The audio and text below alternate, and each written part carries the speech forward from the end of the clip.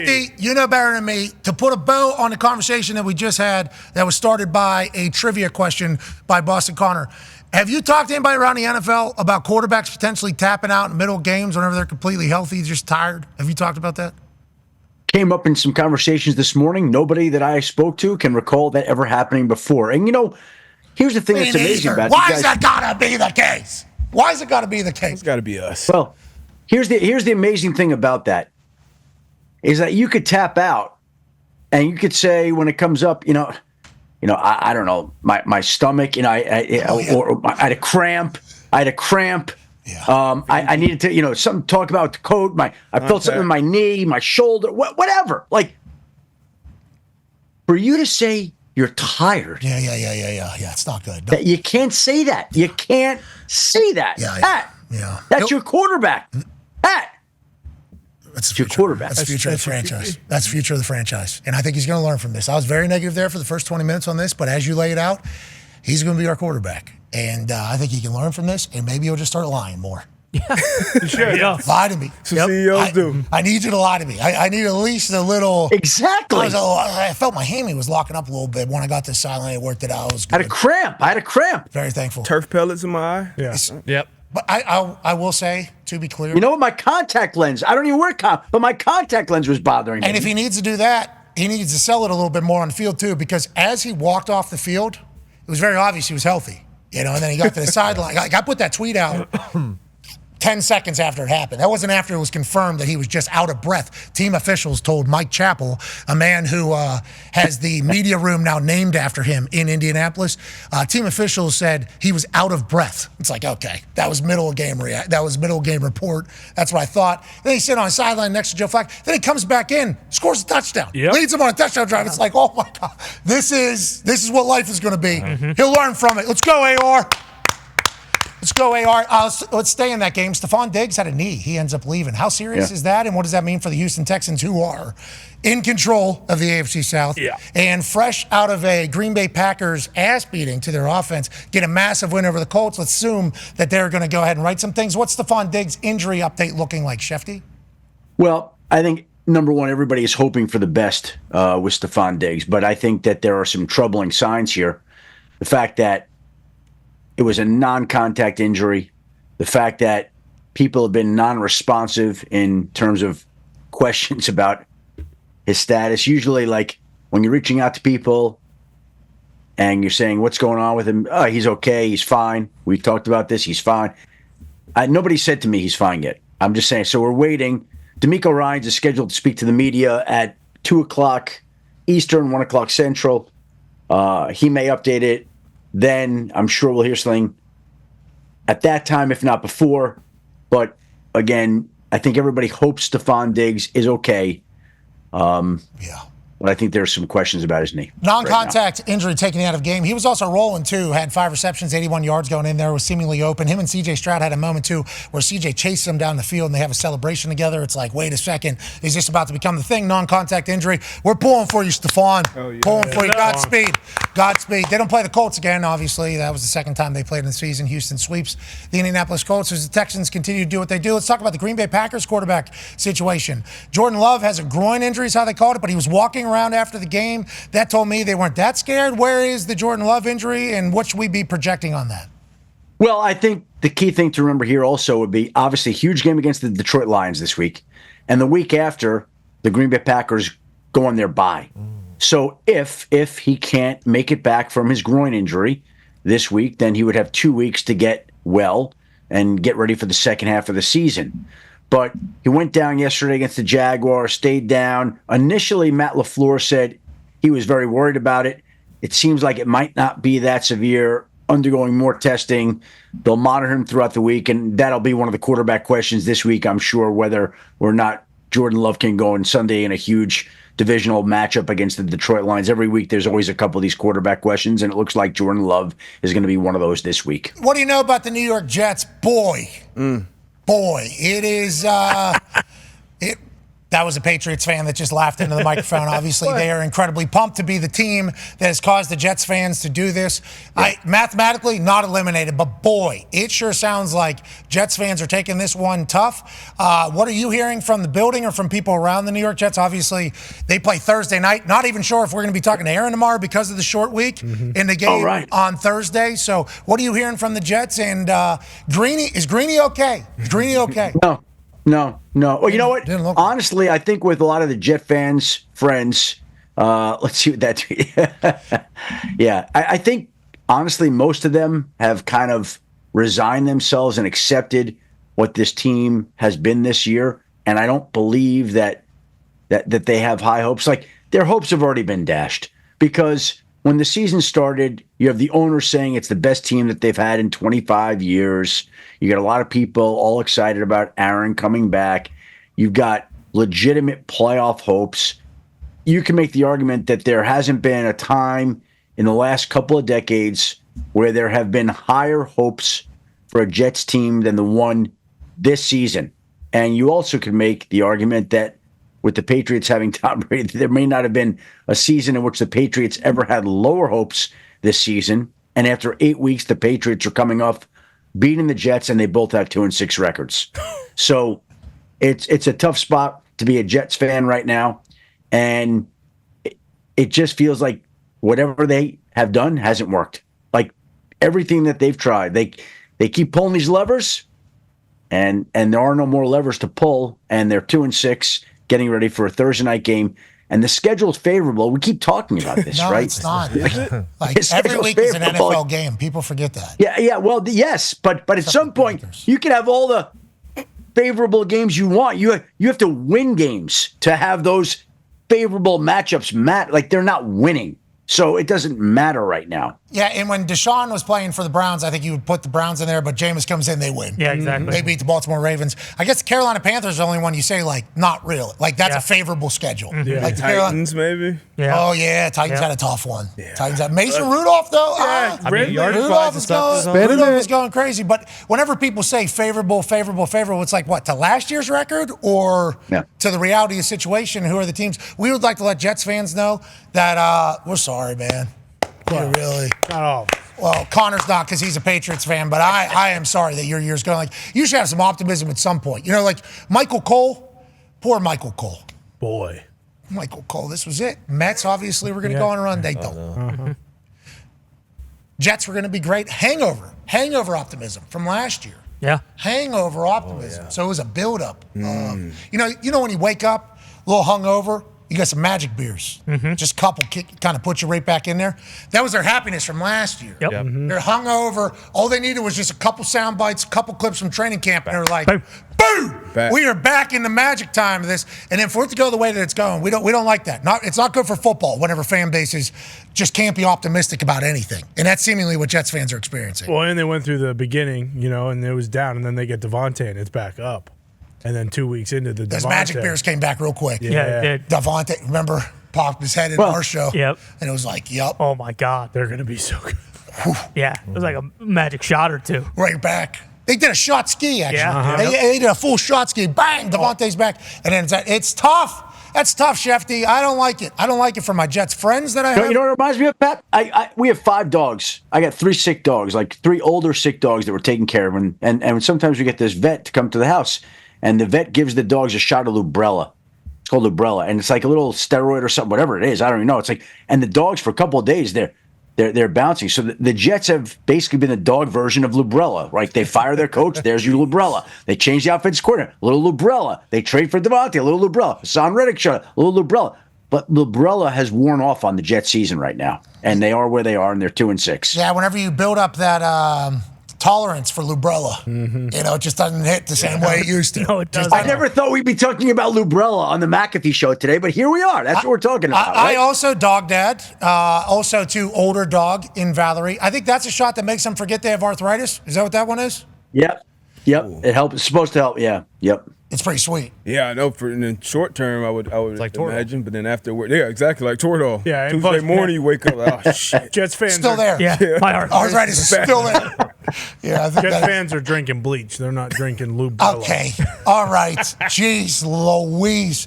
Let's talk about a big-time win last night for a team. The San Francisco 49ers. Ty Schmidt has a question for you. Yeah, Schefty, just curious, are the Niners still on track to get CMC back pretty soon here? Obviously, yeah, big win last night, but still looking at him, they just don't look the same without him. Have there been any hiccups with him coming back, or are they expecting to get him back as healthy as he has been, for quite some time?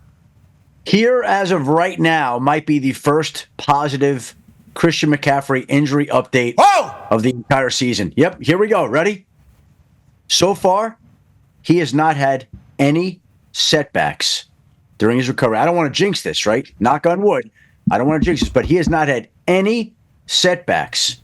And he has looked strong. And right now, yeah, he's poised. He's poised to get back, I think, after their bye and play against the Buccaneers. Wow. Christian McCaffrey back against the Bucs. Here we go. Because they showed him on the side. Now, again, hold on. We thought he was going to play in the opener. Sure. No. And then all of a sudden, that Friday before, setback. But I think we could say it this way. Right now, he is tracking to play against the Buccaneers. Okay, I'm not gonna blame you because you drafted Christian McCaffrey in your fantasy, so you didn't know that this was going to happen. But as soon as we hear the word Achilles in the announcement of what's wrong with Christian McCaffrey, like 4 days before opening Sunday, that's when all antennas go up. Whenever they showed him last night sitting on the sideline, I think he was hiding behind somebody, so they showed him for a little bit. I completely forgot about the Christian McCaffrey situation because the running back that they have, both of them, Dorenda and Mason or whatever, had gone so well. If you think about adding Christian McCaffrey, who's obviously one of one in this entire thing, their run game explosive. They got back on track last night. Debo doing special things. Brock Purdy doing his thing. Trent Williams was highlighted a lot, as he should be. And then on defensive side, they almost give that up to the Cowboys late. Close. Not a lot of people stayed up for that. I don't think I actually stayed up for it. Wow. This is one of the first times I stayed up for a primetime game. Shout out. It felt pretty good. I took a nap in the afternoon. 4:30 games. Kind of took a nap. They were good ones to do it for. Yeah, it kind of offset my night a little bit. So I was up for it. And then all of a sudden it was like, oh, I'm happy I stayed up for this. Dallas Cowboys and CeeDee Lamb just started being wide open. Yeah. He started being wide open. There was blown and missed assignments by the San Francisco 49ers defense. It's like, wait a second, the Cowboys about to come back and win this. I couldn't even fathom what we'd be saying about the Niners today if they gave that up. Instead, they get the win, and now Christian McCaffrey tracking for the Buccaneers game. It's up and up for Shanahan. Yeah, huge. Shanahan at halftime, too, giving a speech about us having to be more physical, clearly, is what he said, I think, personally, with how they looked in the first half to how they came out in the third quarter. It was like he said, are we going to, Dallas Cowboys, we're going to let them? And then they came out and just pounded them. It's like, I love this Niners team. Always will. I like them more with Christian McCaffrey. Let's talk about teams making plays now. A mustache-toned Diggs, one half of the hammer. Don Cowboys has a question for you. Yeah, Schefty, we are about a week out from the What? You look so sweet. It's Halloween, baby. Hell yeah. So It's Halloween. You're damn right. We're about a week out from the NFL trade deadline. It's already been a pretty busy NFL trade season, I feel like. Who are some names or teams that we should potentially be on the lookout in this last week? Well, I think your Steelers would love to add a wide receiver, Tone. I think that's certainly in play. But the problem is that like every wide receiver that they keep looking at, they wind up getting hurt. Like Christian Kirk, I think would have been a guy that might have been on the Steelers' radar, and he breaks his collarbone yesterday, so he no longer is a target. And they can't bring Deontay Johnson back there. Deontay Johnson, in my mind, is going to be traded by next week. I don't know whether it'll be this week or next week, but I expect that Carolina and Deontay Johnson will part ways and each side will go its own way. And the question is where he winds up. And I think he gets traded. I think you saw yesterday New England had Josh Uche out. They didn't play him, and I think that he'll get traded here in the next 8 or so days at some point in time. We keep waiting for Cleveland to trade Zadarius Smith. It's another guy that I think would be on the lookout here to be traded. And those are some obvious names as we speak. There will be others. We've already seen a busy, active trade deadline period with all the wide receiver movement and Devontae Adams and Amari Cooper and DeAndre Hopkins. More will be coming. Deontay, I think, will get moved at some point in time here. So those are some names that you're watching here Schefty, as the deadline approaches. Is Cooper Kupp definitely off the table now?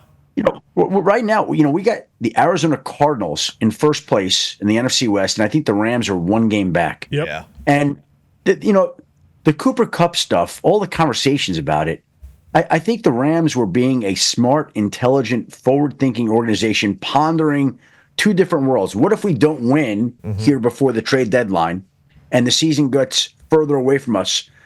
Would we consider trading Cooper Kupp? Well, in that scenario, of course, we'd have to look at it if we got the offer that we wanted. But they won, and now they're a game out. And so you heard Sean McVay after the game say, no, we have Cooper Kupp, and we're not moving off Cooper Kupp. And that's what I expect. You're one game back. You're a different offense when Kupp and Nakua are out there the way they were Thursday night against the Vikings. And, unless some team steps up and gives them something that I can't envision, Cooper Kupp is staying in L.A. and will be there past the trade deadline. 2 wins in 5 days, moving up in the NFC West. Right. Getting Puka back and seeing what the offense can look like with all of your weapons all of a sudden, and then being like, wait, whoa. Hold the phone. I like it. Be able to adjust. Now, the thought that Cooper Kupp was going to go to another team was certainly glorious for some teams. Sure. There were some teams that were very excited for that fan base-wise. I think the Rams fans all of a sudden got re-energized, too, after what they saw on Thursday night. I like the season, 1 week out from trade deadline day. That's right. November 5th. Yeah. 8 days. Right here. Trade deadline day. Trade Quiet early. day, Get out quiet there day. and trade. Quiet day. Not a lot going on that day. Nope, trade early. If you're going to trade early. Make sure you get out there in front of the long lines during those trade deadlines. That's Trade right. for change. There's going to be a lot of busy phones on those trade deadline days. And then trade deadline night should be just real calm. Yeah. Oh, yeah. No matter what. Hayes kind of in the barn at that point. Yeah, trades are already happening. New Yeah. teams forming. Yeah, what time's trade deadline? At 4 o'clock. 4 o'clock. I remember last year, this was very funny, last year. So there were a whole bunch of trades. I have to go back and get the list of trades that took place because the last few years, it's kind of been like a little bit of something that has caught on where teams are making more and more deals, younger GMs, more aggressive thinking, teams Fantasy seeing that it football works, GMs. wheeling and dealing. And so there were a bunch of trades last year like Chase Young and Montez Sweat and a whole bunch of guys being traded last year at the deadline. I remember getting home that night and being like, "Whew, I'm tired." I remember going to bed at about 10:30 that night and getting a text at 11:45 that the Raiders were firing Josh McDaniels. I'm like, okay, here we go. So we got up from the trade deadline and saw the Raiders fire Josh McDaniels that night, very late at night. Halloween night it was last year, if I remember correctly, how these things kind of work out. And they fired Josh McDaniels and hired Antonio Pierce. And that was the end of the trade deadline day last year. This year we get the trade deadline. And then we get to find out who's going to be president of the United States. Oh, yeah, same day. Same day. Yeah, I forgot about that. Trade deadline get out day vote. is election day. Josh McDaniels gets fired at 8:45 on trade deadline day this year. Nobody knows or cares. No. Nobody knows or cares. So just It's a blip. missed it by a year. Speaking of trade deadline day, there's some people saying get this guy the hell off of my team and never have him on any other team. Connor has a question for you. Yeah, Schefty, is Tyreek Stevenson the Bears DB who's just basically telling everybody in Washington to go to hell and get out of the stadium, getting cut today after the Hail Mary debacle where it went off his hand and into Noah Brown's hands so the Commanders could win? I haven't heard that they're releasing him today, but I will say this, that there are some things that you watch that defy all logic, and that was one of them. Like, every part of that play, the more I think about it, I mean, he's taunting the fans. The receivers are 30, 40 yards downfield. He's late to get back into the play. The angle he takes because he was taunting the fans, I'm not a physicist, but it results somehow in him tipping the pass, going right to that guy, Noah Brown, as opposed to him being back in the end zone, standing back there, having a different angle, not taking a running start to make up for lost time. 40 yards I mean, on the field. You can't even make this up. Yesterday morning, I'm standing in the research area as we're doing Sunday Countdown with our two ace researchers, Evan Kaplan and Jacob Nierob, and they were replaying the Jim Marshall play on Sunday Countdown. Of course. And I said to Evan and Jacob at that time, can you imagine if Jim Marshall did that in this day and age? Oh, Jim. This play right here, that's not running the wrong way, but it's the 2024 version of I'm going to show you fans, people capturing it on social media, him running across the field, actually being the guy who deflects the pass. They could have been, if they won the game, 5-2. They're now 4-3. Like one game. And look, there's a lot of things that lead up to it. It's not one play. I got it. But in this particular case, Big play. in this particular case, that play is going to follow him for the rest of his career. Now, he may make a game-winning pick six. He may help the Bears win a Super Bowl one day. He may do some great things, but there are certain things that just stick to you over time. That's a sticker right there. That's a sticker. I would certainly say that is the case. The video has gone bananas from Joe Abdo on the internet everywhere, and everybody has the same reaction going like, if you were to write a movie about an asshole who is a football player, this would be the opening scene. Yep. Say, let us show you how big of an asshole this guy is. Okay, that is literally how they would script it to be part, and for him to be the guy that touches it. It's like this is out of a movie. I think we all reacted the same way whenever we saw the video for the first time. We said, no, that can't be real. It's got to be out of a movie. Are they filming? And by the way, like Dark Knight I'm again? sure there would have been. It would have maybe come out eventually on the old 30 look. Somebody would have detected it, but Joe Abdo, photojournalist in the stands at Washington in 2024, gets a shot of Tyreek Stevenson, who was more interested in engaging and taunting the fans than he was in the receivers running down the field. But, wait, here they come. Hold on, let me get back into the supposed to come his way, too. Look, Jayden's rolling to his side. That was supposed to go on his head. Yeah. Instead, he's going to celebrate, talk shit, turn around, sprint across field, do one jumpy thingy. Let me go ahead and bat this straight up in the air, too. His hand is up like this, like he's a server. So it's not like bat it down. He's like, actually, let me go ahead and bop this thing. Like he's Super Mario hitting one of those boxes. It is unbelievable how everything could go wrong for this guy in one particular play. And then this is going to be one of the most memorable plays of the season, of the day, depending the number one overall pick versus number two overall pick. The first time Jayden and Caleb played, this is going to be showed 20 years from now. I mean, this is going to be showed forever, Schefter. Again, like I said to you, the Bears record, 5-2, 4-3. Commanders go to 6-2 as opposed to being at that point in time 5-3. The Commanders are now atop the NFC. I'm going to tell you this right now. I happened to be in Ann Arbor. The Broncos, when I was covering Denver, were playing a Monday night game against the Buffalo Bills. I think it was 1992 or 3, and 93 is my guess. And I flew from Denver and I stopped in Ann Arbor because that Saturday, I convinced my employer at the time, the Rocky Mountain News, to let me cover the Michigan-Colorado football game. And so I happened to be on the field when Cordell Stewart dropped back and launched a pass of similar length to Michael Westbrook. And to this day, I can tell you who was on Michael Westbrook. It was somebody who's in the Pro Football Hall of Fame, Ty Law. Ty Law was on it. But you know what? You know what? Ty Law wasn't running around with the fans and talking at the fans or taunting the Colorado men. And we still remember Ty Law. Tyreek Stevenson was away from the action. He's getting into it with the fans. He's waving he's having a great time. He's having a great time. He goes, where are you now? Where are you now? And then he actually tips the ball. Yeah. He tips the ball. Yeah, Schefty, it's crazy. The throwaway, the hand motion, whenever he turns around and realizes that a couple of these wide receivers are 40 yards down the field. It's not like this play just started. No. It's like play very much happening. And I think this is the first time that a 10-plus second before being thrown pass has been completed for a touchdown since like 2006 or so. I forget the exact stat, but like obviously extends play long time, 10 seconds, cuts back. People are saying there was a holding happening. You're never going to get a hold on a Hail Mary, especially if you're only rushing like 3 or 4, don't have enough numbers for the offensive line. And then for Jayden Daniels to throw that thing, how far he threw it. Great. He ran for a while, too. I'm surprised he wasn't tired. Yeah. Okay. Listen. He had all the time in the world.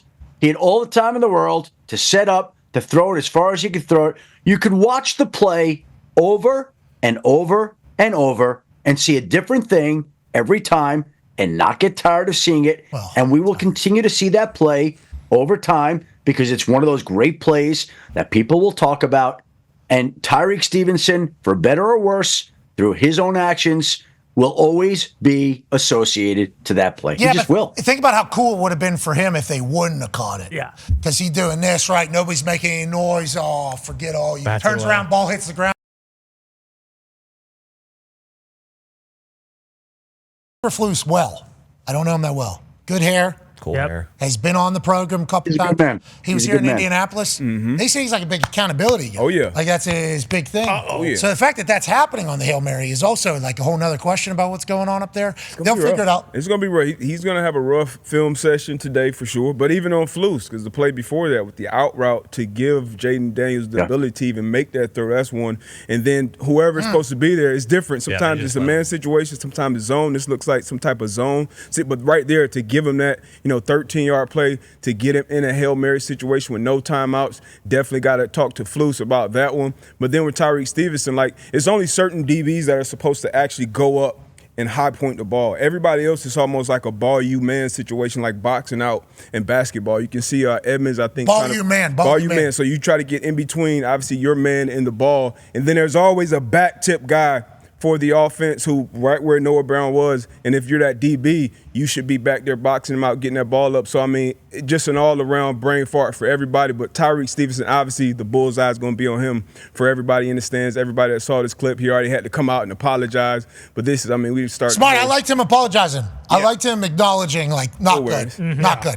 This is just like people that talk shit and then get dunked on. I like that they come out and do it. This just happens to be in epic proportions in a play that's going to be remembered for the rest of the NFL. So it's a little bit bigger spotlight. I appreciate him coming out and apologizing. Go ahead. So, like teammates wise, what's the vibe in the locker room? Obviously, he's going to get chewed out by coaches, but like, if you're his teammate, are you also like, dude? Yeah, I mean, because it's one play. It comes down to one play. In all these games, it always comes down to 4, 5, 6 plays. But a Hail Mary situation, the offense drove down, finally got a touchdown, put them in a situation to win it. It comes down to literally one play where everybody. And this is the last play every Saturday. I know, at least here with the Colts, every Saturday in the walkthrough, this is the last thing the defense goes over. Where's everybody going to be on a Hail Mary situation? A lot of times they don't even throw it because of the quarterback. Don't want to throw a 60-yard pass. But we go over this ad nauseum week in and week out. So for it to come down for this situation, just something that probably happens, twice this year so far. Aaron Rodgers had one earlier, and now this in the game situation. So he's going to be sick. Teammates definitely going to be pissed at him, but